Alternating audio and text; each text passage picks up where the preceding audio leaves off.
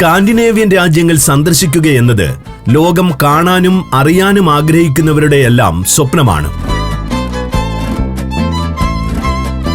ഈ മേഖല കൈവരിച്ച സാംസ്കാരിക പുരോഗതിയാണ് ഇതിനൊരു കാരണം. സമാധാനം, സന്തോഷം, ജനാധിപത്യം, സ്വാതന്ത്ര്യം തുടങ്ങിയ സൂചികകളിലെല്ലാം സ്കാൻഡിനേവിയൻ രാജ്യങ്ങൾ ആദ്യ സ്ഥാനങ്ങളിൽ വർഷങ്ങളായി തുടർന്നു വരുന്നത് നിങ്ങൾ കണ്ടിട്ടുണ്ടാവും.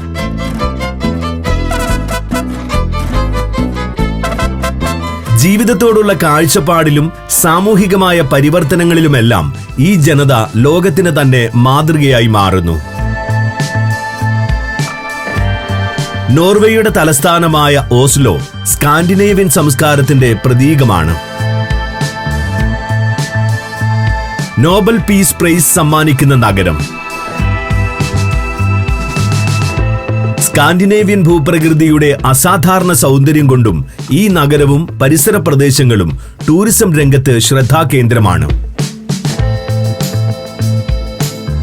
ഓസ്ലോയാണ് സിറ്റി ടൂറിൽ ഇന്ന് നാം സന്ദർശിക്കുന്ന നഗരം.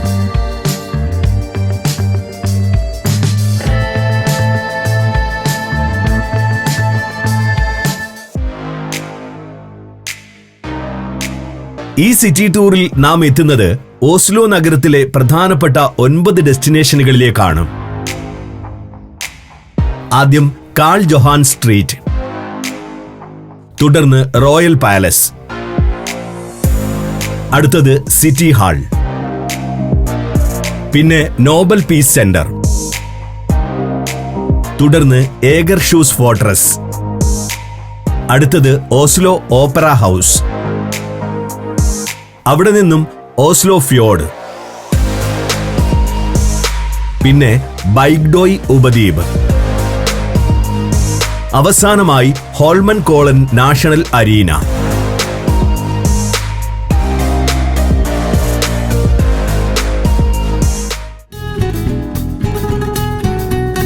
ആദ്യം നമുക്ക് നഗരകേന്ദ്രത്തിലെ പ്രധാനപ്പെട്ട കാഴ്ചകളിലേക്ക് പോകാം.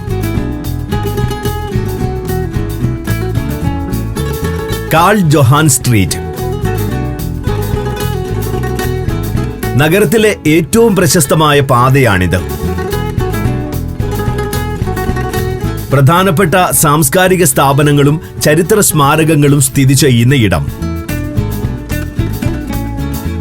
ഇതൊരു വാക്കിംഗ് സ്ട്രീറ്റ് ആണ്. വാഹന ഗതാഗതം നിരോധിച്ചിട്ടുള്ള പാത.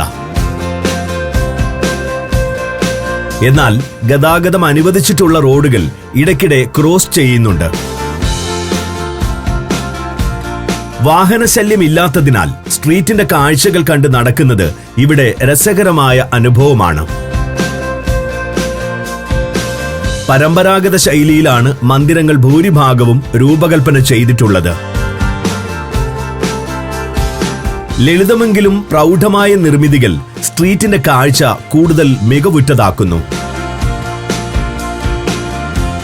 നഗരത്തിലെ പ്രധാനപ്പെട്ട ഷോപ്പിംഗ് കേന്ദ്രം കൂടിയാണ് ഇവിടം. പ്രധാന ബ്രാൻഡുകളുടെയെല്ലാം ഔട്ട്ലെറ്റുകൾ പാതയോരത്ത് പ്രവർത്തിക്കുന്നുണ്ട്. അതോടൊപ്പം ടൂറിസ്റ്റുകൾക്കായുള്ള സുവനീർ ഷോപ്പുകളും ധാരാളം. എങ്കിലും ഇവിടെ വിനോദസഞ്ചാരികളെ പ്രധാനമായും ആകർഷിക്കുന്നത് റെസ്റ്റോറന്റുകളും പബ്ബുകളുമൊക്കെയാണ്. നോർവീജിയൻ പിസ്സ ഉൾപ്പെടെയുള്ള തദ്ദേശീയ വിഭവങ്ങൾ ഇവിടെ നിന്നും ആസ്വദിക്കാനാകും. ഓസ്ലോ കത്തീഡ്രലിനോട് ചേർന്നുള്ള കഫേ കത്തീഡ്രലാണ് കാൾ ജൊഹാൻസിലെ ഏറ്റവും തിരക്കേറിയ ഫുഡ് കോർട്ട്. ഇന്ത്യൻ, ചൈനീസ് ഉൾപ്പെടെ ഏത് തരം ഭക്ഷണവും ഈ സ്ട്രീറ്റിൽ ലഭിക്കും. നിരവധി ചരിത്ര സ്മാരകങ്ങളും കാൾ ജൊഹാൻ സ്ട്രീറ്റിന് ചുറ്റുമായുണ്ട്. ഓസ്ലോ കത്തീഡ്രലാണ് ഇതിലൊന്ന്. മറ്റൊന്ന് നോർവേയുടെ പാർലമെന്റ് മന്ദിരം. ഓസ്ലോ യൂണിവേഴ്സിറ്റി, നാഷണൽ തിയേറ്റർ എന്നിവ വാസ്തുവിദ്യ കൊണ്ടും ചരിത്രം കൊണ്ടും ശ്രദ്ധ നേടുന്നു. രാജ്യത്തിന്റെ സാംസ്കാരിക ചരിത്രത്തെ ഓർമ്മിപ്പിക്കുന്ന പ്രതിമകൾ ഇൻസ്റ്റലേഷനുകൾ എന്നിവയൊക്കെ പാതയിലൂടെ നടക്കുമ്പോൾ കാണാനാകും. പലയിടങ്ങളിലായി മനോഹരമായ ഉദ്യാനങ്ങളും ഒരുക്കിയിരിക്കുന്നു. വൈകുന്നേരങ്ങളിൽ കാൾ ജൊഹാൻ സ്ട്രീറ്റിൽ നല്ല തിരക്കായിരിക്കും. വിനോദസഞ്ചാരികളും സമയം ചിലവിടാനെത്തുന്ന നഗരവാസികളും ഷോപ്പിങ്ങിനെത്തുന്നവരുമെല്ലാം ചേർന്ന് ഇവിടം ജനനിബിഡമാകും. വിശേഷ ദിവസങ്ങളിൽ തിരക്ക് വളരെയധികം വർദ്ധിക്കുകയും ചെയ്യും.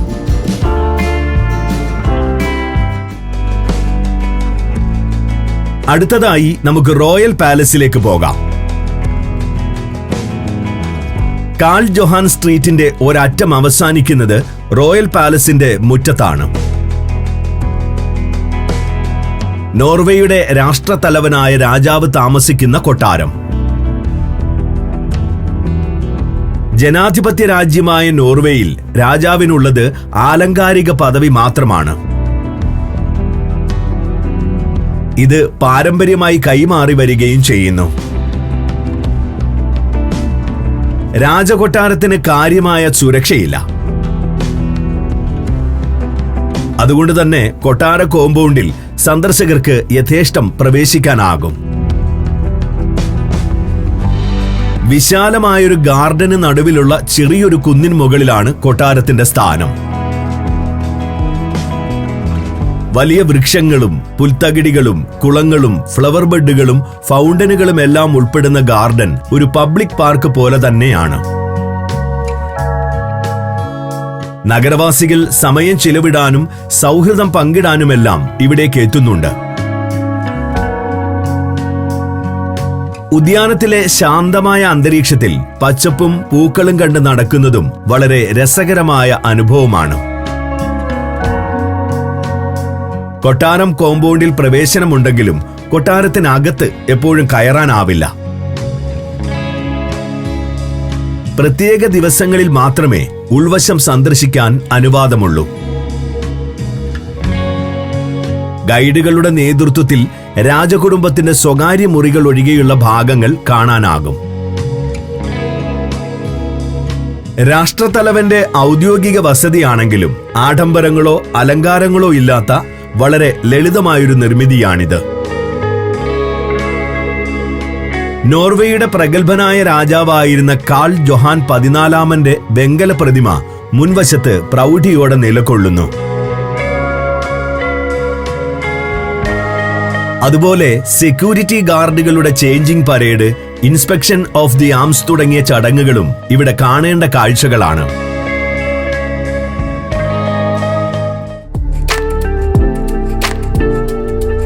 ഇനി കാണേണ്ടത് ഓസ്ലോ സിറ്റി ഹാളാണ്. നഗരത്തിന്റെ ഭരണം കേന്ദ്രീകരിച്ചിട്ടുള്ള സമുച്ചയം.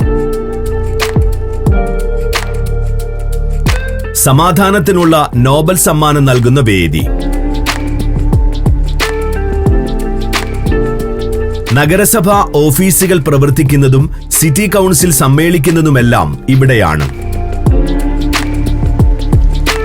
ഫങ്ഷണലിസം ശൈലിയിലുള്ള രൂപകൽപ്പനയാണ് സിറ്റി ഹാളിനെ വ്യത്യസ്തമാക്കുന്ന പ്രധാന ഘടകം.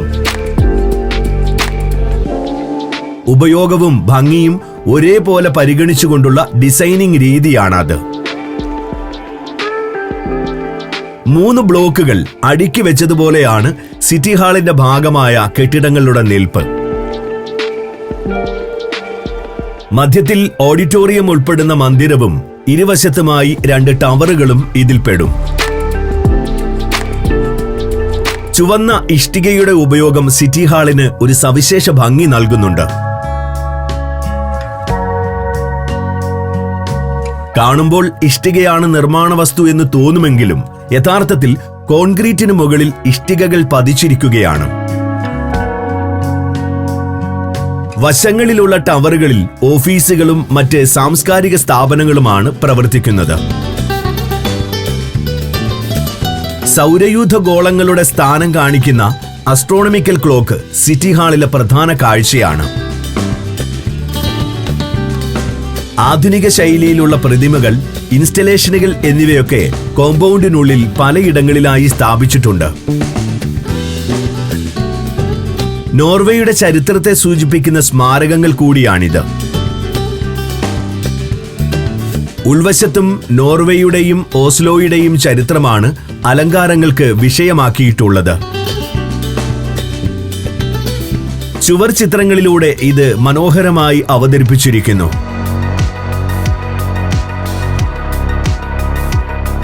മെയിൻ ഹാളിലെ വലിയ സൃഷ്ടികൾ യൂറോപ്പിലെ തന്നെ ഏറ്റവും വലിയ ചുവർ ചിത്രങ്ങളിൽ ഒന്നാണ്. തടികൊണ്ടുള്ള ശില്പങ്ങളാണ് ഉൾവശത്തെ മറ്റൊരു കാഴ്ച.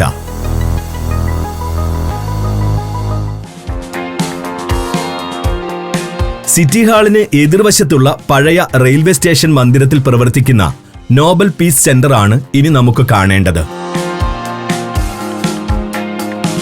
സമാധാനത്തിനുള്ള നോബൽ സമ്മാനം തീരുമാനിക്കാനുള്ള അവകാശം ആൽഫ്രഡ് നോബൽ നോർവീജിയൻ പാർലമെന്റിനാണ് നൽകിയിരുന്നത്. ഇതിനുള്ള കാരണം വ്യക്തമല്ലെങ്കിലും സമാധാന ശ്രമങ്ങൾക്ക് അന്ന് നോർവേ നൽകിയിരുന്ന പ്രാധാന്യം അദ്ദേഹം കണക്കിലെടുത്തെന്ന് കരുതപ്പെടുന്നു. സമാധാനം ഉറപ്പുവരുത്താനുള്ള നോർവേയുടെ പ്രവർത്തന പാരമ്പര്യത്തിന് ഇന്നും ഒരു മാറ്റവും വന്നിട്ടില്ല.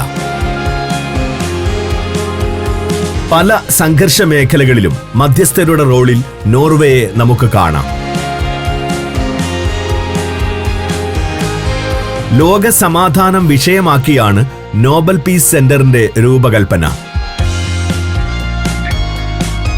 സമാധാനത്തിന്റെ ആവശ്യകതയും അതിനുവേണ്ടി നോർവേ നടത്തിയ ശ്രമങ്ങളുമെല്ലാം ഇവിടെ വിവരിക്കുന്നു. നോബൽ സമാധാന സമ്മാന ജേതാക്കളെക്കുറിച്ചുള്ള പ്രദർശനമാണ് മറ്റൊരു പ്രത്യേകത. ഓരോ വിജയിയുടെയും ജീവിതവും ശൈലിയും നേട്ടങ്ങളും ഇവിടെ വിവരിക്കുന്നുണ്ട്. ഇത് ചരിത്രത്തെ ഓർമ്മപ്പെടുത്തുക മാത്രമല്ല, സമാധാനത്തിനു വേണ്ടി പ്രവർത്തിക്കാൻ സാധാരണക്കാർക്ക് പ്രചോദനമാവുകയും ചെയ്യുന്നു.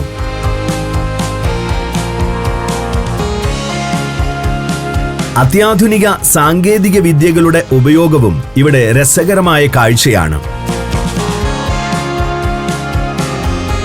ഡിജിറ്റൽ ടെക്നോളജിയുടെ വിവിധ സാധ്യതകൾ ഉപയോഗിച്ചാണ് പ്രദർശനത്തിന്റെ സജ്ജീകരണം. Germany, Poland, Bosnia and Herzegovina, Kyrgyzstan. സഞ്ചാരം വോള്യം നമ്പർ 19. ഫുൾ HD-യിലുള്ള ഈ അപൂർവ ദൃശ്യയാത്രാ വിവരണ ശേഖരം സ്വന്തമാക്കാൻ സഞ്ചാരം എന്ന് SMS ചെയ്യൂ.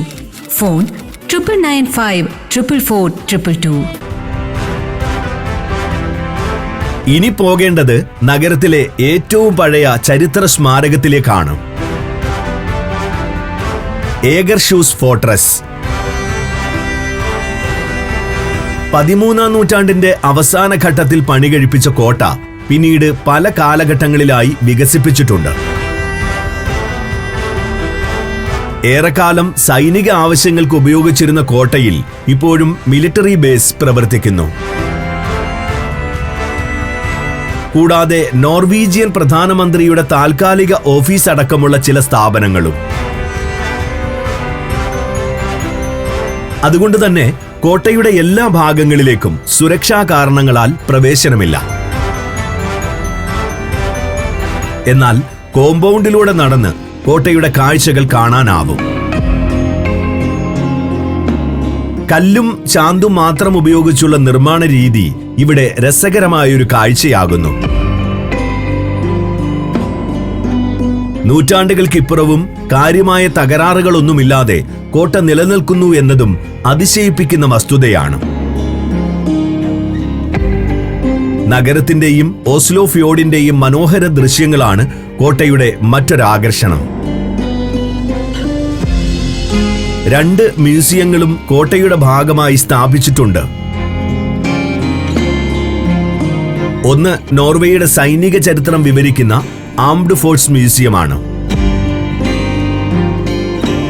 മറ്റൊന്ന് 2ാം ലോക മഹായുദ്ധകാലത്തെ പോരാട്ടങ്ങളുടെ ചരിത്രം പറയുന്ന റെസിസ്റ്റൻസ് മ്യൂസിയവും.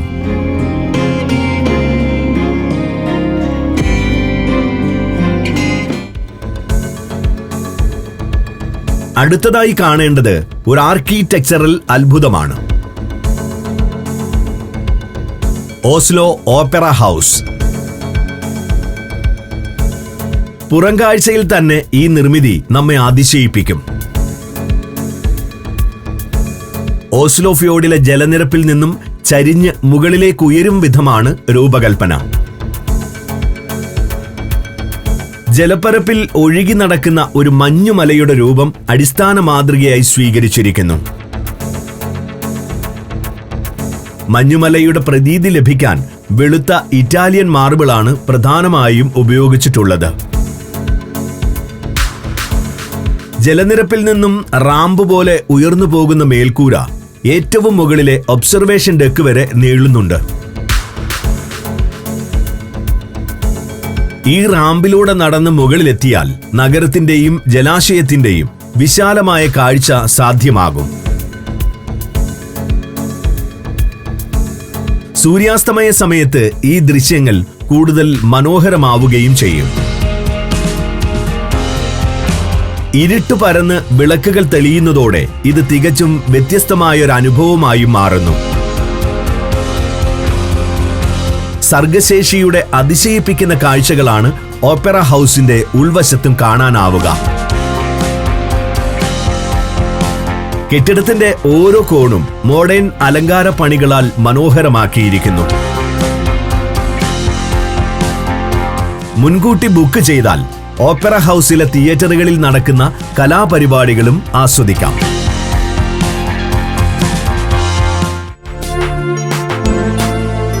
ഇനി നമുക്ക് ഓസ്ലോ ഫ്യോർഡിലൂടെ ഒരു ബോട്ട് ക്രൂസിന് പോകാം. നോർത്ത് കടലിൽ നിന്നും കരയ്ക്കുള്ളിലേക്ക് നീണ്ടുകിടക്കുന്ന ഓസ്ലോ ഫ്യോർഡിന്റെ തീരത്താണ് ഓസ്ലോ നഗരത്തിന്റെ സ്ഥാനം. ഇവിടെ ഒരു ജനവാസ കേന്ദ്രം രൂപം കൊള്ളാനും വളർന്ന് നഗരമാകാനും കാരണമായത് ഇതേ ജലാശയമാണ്. ഓസ്ലോ ഫ്യോർഡിൽ നിരവധി കമ്പനികൾ ബോട്ട് ക്രൂസ് നടത്തുന്നുണ്ട്. പലതരം പാക്കേജുകൾ ലഭ്യമാണ്.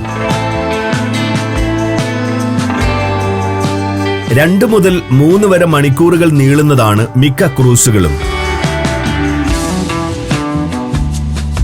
ജലാശയത്തിലൂടെ സാവധാനം സഞ്ചരിച്ച് തീരത്തുള്ള പ്രധാന കാഴ്ചകളെല്ലാം കാണാം. കാഴ്ചകൾ കാണുന്നതിനൊപ്പം ഓരോ ഡെസ്റ്റിനേഷനെ പറ്റിയുള്ള വിവരണങ്ങളും ഗൈഡ് നൽകും.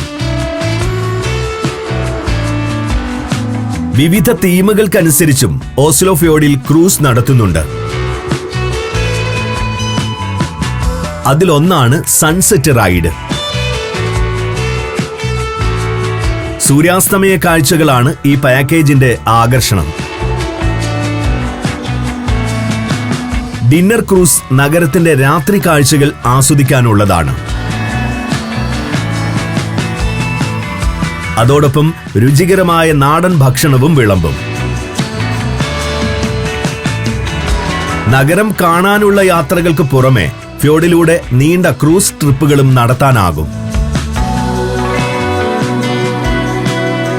ഇതിനായി പല നിലവാരത്തിലുള്ള ബോട്ടുകളോ ക്രൂസ് കപ്പലുകളോ താൽപ്പര്യം പോലെ തിരഞ്ഞെടുക്കാം.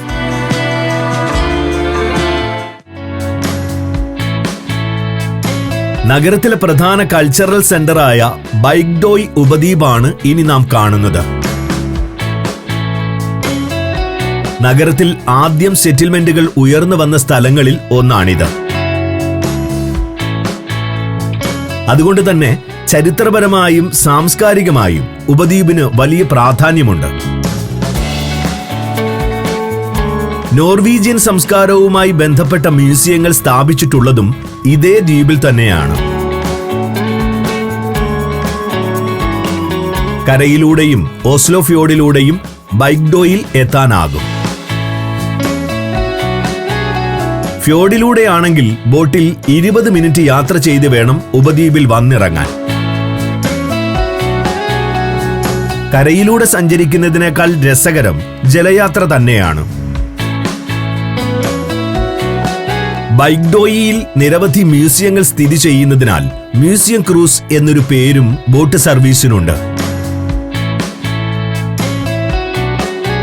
Norwegian museum of culture and history, Viking ship museum, maritime museum, Fram museum എന്നിവയാണ് ബൈഗ്ഡോയ് പെനിൻസുലയിലെ പ്രധാന പ്രദർശന കേന്ദ്രങ്ങൾ.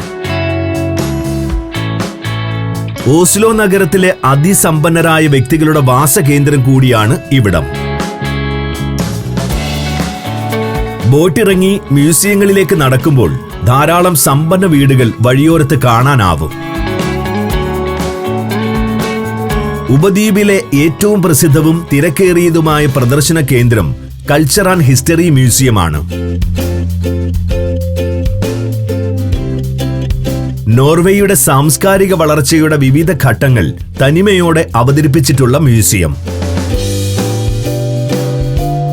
ലോകത്തിലെ ആദ്യത്തെ ഓപ്പൺ എയർ മ്യൂസിയം എന്ന സവിശേഷത ഈ പ്രദർശനത്തിനുണ്ട്.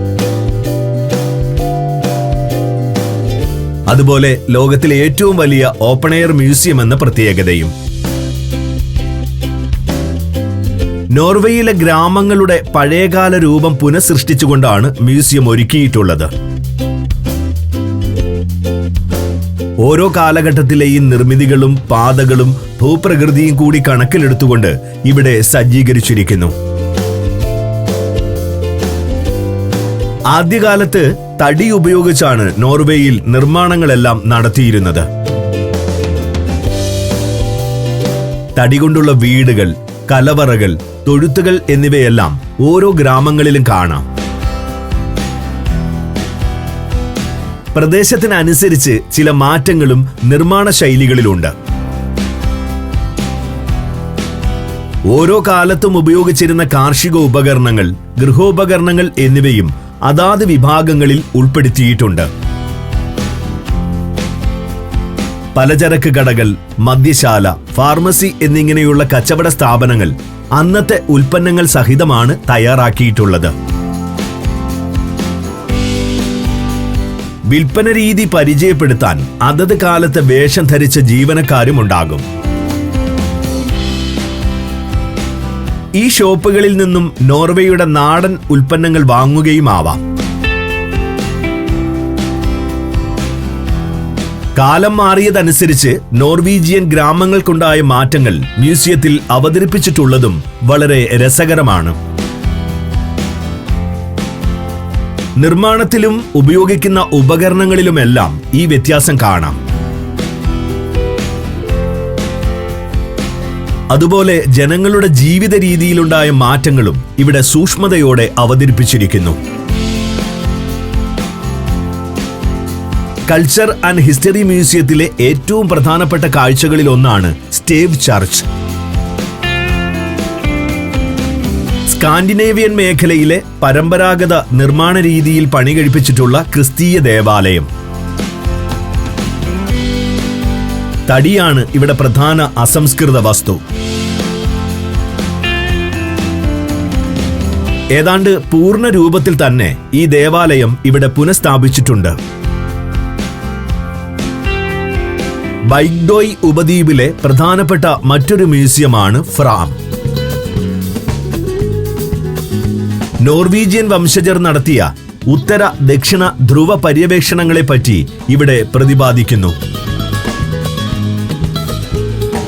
ദക്ഷിണ ധ്രുവം ആദ്യമായി കീഴടക്കിയ യാത്രയുടെ ചരിത്രവും മറ്റും ഫ്രാമിൽ വിശദമാക്കുന്നുണ്ട്. കോണ്ടിക്കി മ്യൂസിയം, മാരിടൈം മ്യൂസിയം എന്നിവ നോർവീജിയൻ ചരിത്രത്തിലെ സമുദ്ര പര്യവേക്ഷണങ്ങളുടെ ചരിത്രമാണ് കാഴ്ചവെക്കുന്നത്. മ്യൂസിയങ്ങൾ കാണുന്നതിനു പുറമെ ബൈഗ്ഡോയ് ഉപദ്വീപിലെ വഴികളിലൂടെ നടക്കുന്നതും വളരെ രസകരമായ അനുഭവമാണ്. ഭൂപ്രകൃതിയും ആഡംബര ഭവനങ്ങളും ജനജീവിതവുമെല്ലാം ഇവിടെ ആസ്വാദ്യകരമായ കാഴ്ചകളാകുന്നു.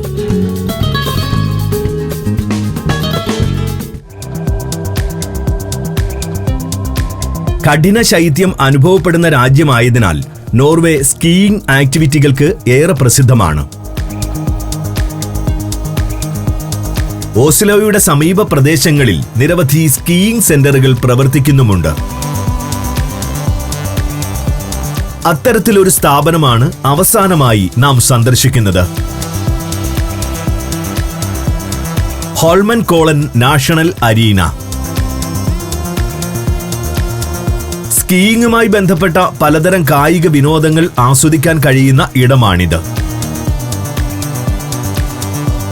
120 മീറ്റർ ഉയരമുള്ള സ്കീ ജമ്പിംഗ് ട്രാക്കാണ് അരീനയുടെ പ്രധാന ഭാഗം. വലിയൊരു കുന്നിന്റെ ചരിവിൽ ഇത് പണി കഴിപ്പിച്ചിരിക്കുന്നു. 70,000 ആളുകൾക്ക് ഇരുന്ന് ആക്ടിവിറ്റികൾ കാണാൻ കഴിയുന്ന ഗാലറിയും താഴെ സജ്ജമാണ്. ടൂറിസ്റ്റുകൾക്കായി ജമ്പിംഗ് ട്രാക്കിന്റെ മുകളിൽ ഒരു ഒബ്സർവേഷൻ ഏരിയയും സജ്ജീകരിച്ചിട്ടുണ്ട്.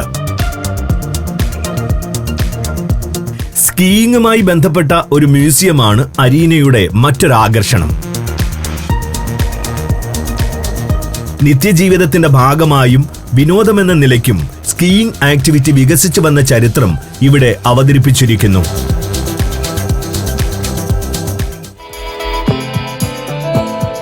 ഓസ്ലോയിലെ പ്രധാനപ്പെട്ട ഡെസ്റ്റിനേഷനുകളെല്ലാം ഈ സിറ്റി ടൂറിലൂടെ നാം കണ്ടു കഴിഞ്ഞു.